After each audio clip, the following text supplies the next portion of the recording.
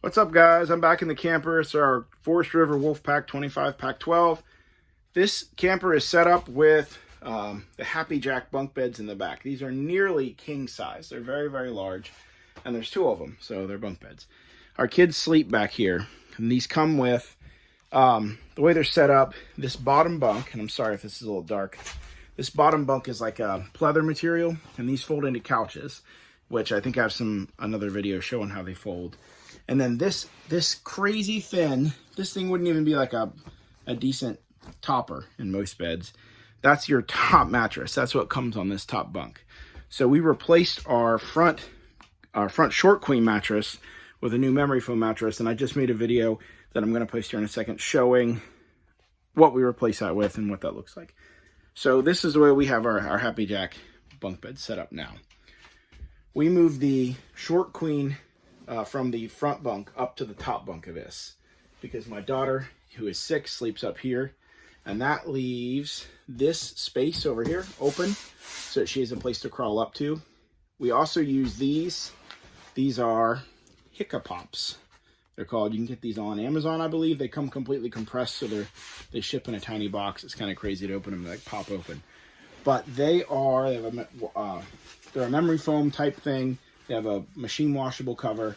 They're covered with these tiny grippy dots. So what you do is you put these right here on the edge of a bed, and then they have dots on the top too. You tuck your fitted sheet over them, and that, if your kid's rolling in their sleep, they hit this and it keeps them from falling over. So we've been using these on the bottom bunk for my 4-year-old because he tends to fall out of bed. So that's what we got those for. They're also, on this particular camper, there is a let me see if these will turn on here. There we go. A little bit of light there. I installed these little magnetic lights from Sam's Club. They're cordless, and they have a little wireless remote. And they're different colors. They're powered by AA batteries. Actually, because of the happijac bunk system, you've got 2 bright lights up on the ceiling, and there's no lights in the back of the camper. So I put these cordless lights up here above the top bunk, down there by the bottom bunk, and then I put this third one underneath the cabinet on the front, just so we have like if we want to read stories to the kids at night or something, we're putting them to bed. But these bunk beds have this gap at the back. So these hiccupops, now that the kids are just a little older, they're really nice for putting at the back to make sure your kid doesn't drop an arm or a leg back there when they're sleeping, which is, before we got those, that had actually happened, and we had this screaming and stuff as they feel like they're trapped. But anyway, I'm going to turn the camera around here and I want to show you the other stuff that I've done. All right, so having the short queen mattress up here, that makes this room. That room gives us room to store these hiccupops, which is nice. And then the other thing that I did is I built this ladder. Like I said, this comes with no ladder. I'm 5'11", and this hits me neck height, this upper bunk. So I don't know how they thought kids would get up here, or if people would go out and buy a ladder or what. But I made this. This is out of pine. It took me an hour or so. I just came in here and measured, cut this pine on my table saw. I didn't do any finishing to it. I bought some decent wood that was already sanded. I don't remember the dimensions of it. Someone online said I need to go through and add a thin piece of wood running vertically under these to reinforce it, but I can climb up this. I weigh 250 pounds. My daughter has no problems. I got shelf brackets for the top, which I screwed in. That one got a little messed up. I wouldn't do those the same way. I would just screw them straight in from the top. I didn't want the sharp edge on top for my kid, but it ended up not being very good anyway, so that's how they are. I would do them differently. I would just screw the shelf bracket right in, but those are just shelf brackets. I like those because they clip onto this edge. That way, no matter what dumb stuff my kids do on the ladder, they can't knock it off. And then on the bottom, we have a coined rubber flooring in this, so it's not as much of a concern, but I went ahead and got some rubber anti-slide mat. It's like a 3M product from Home Depot. They sell in little squares, nice cut to fit the bottom.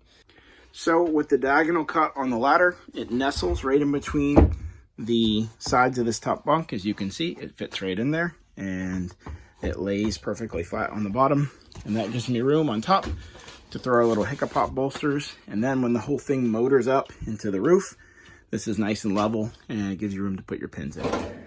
So the other thing that we did with this top bunk is I showed you the Hiccapops, which are great, but I also added this pull up rail, because if my kid can find a way to fall off a bed, she will.